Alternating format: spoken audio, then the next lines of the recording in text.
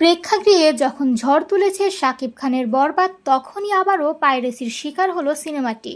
বুধবার বিকেল থেকেই অনলাইনে বিভিন্ন প্ল্যাটফর্মে ছড়িয়ে পড়েছে বরবাদের এইচডি প্রিন্ট ভার্সন। ফেসবুক ও টেলিগ্রামের বিভিন্ন গ্রুপে শেয়ার করা হচ্ছে বরবাদের ফাঁস হওয়া লিঙ্ক, যেখান থেকে অবৈধভাবেই সিনেমাটি দেখতে পারছেন সাধারণ দর্শকেরা। ধারণা করা হচ্ছে দেশের বাইরে কোনো প্রেক্ষাগৃহ থেকেই পাইরেসির শিকার হয়েছে বরবাদ, কারণ পুরো সিনেমাটি অনলাইনে ছড়িয়ে পড়েছে এইচডি ফরম্যাটে।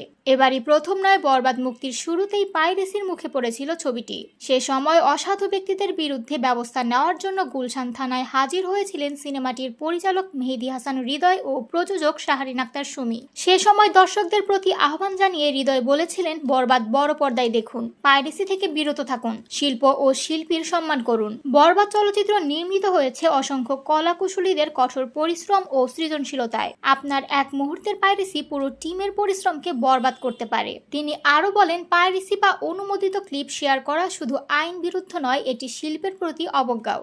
আসুন আমরা দায়িত্বশীল দর্শক হই, বড় পর্দায় বরবাদ চলচ্চিত্রের আসল অভিজ্ঞতা উপভোগ করি। পরিচালকের এমন আহ্বানের পরেও বরবাদের পাইরেসি থামানো যায়নি। ঝড়ের গতিতে অনলাইনে বিভিন্ন প্ল্যাটফর্ম ও টেলিগ্রামে ছড়িয়ে পড়েছে সিনেমাটি। প্রসঙ্গত, বরবাদ সিনেমায় শাকিব খানের নায়িকা হিসেবে অভিনয় করেছেন ইথিকা পাল। আরও আছেন মিশা সওদাগর, ফজলুর রহমান বাবু, শহীদুজ্জামান সেলিম, যিশু সেনগুপ্ত, শ্যাম ভট্টাচার্য প্রমুখ। এছাড়া আইটেম গানে পারফর্ম করেছেন ওপার বাংলার অভিনেত্রী নুসরাত জাহান।